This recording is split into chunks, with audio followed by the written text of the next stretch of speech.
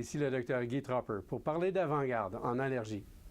Aujourd'hui, les facteurs qui vont accroître la sévérité d'une réaction allergique. Les gens nous posent parfois la question et c'est important de comprendre comment ça marche une réaction allergique.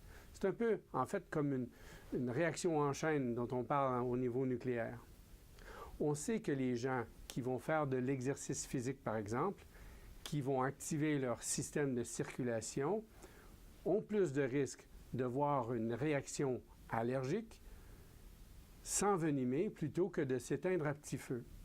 Donc, quelqu'un qui aurait fait une réaction locale avec un petit peu d'enflure de la lèvre peut développer une réaction qui s'étend à tout le corps.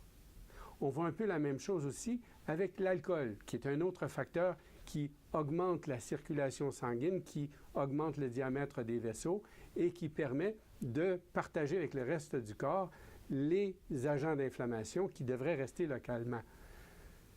Troisième facteur, les AINS, les anti-inflammatoires non stéroïdiens. Donc, l'aspirine, l'ibuprofène, naproxène, les médicaments qu'on utilise pour l'arthrite ou pour la douleur.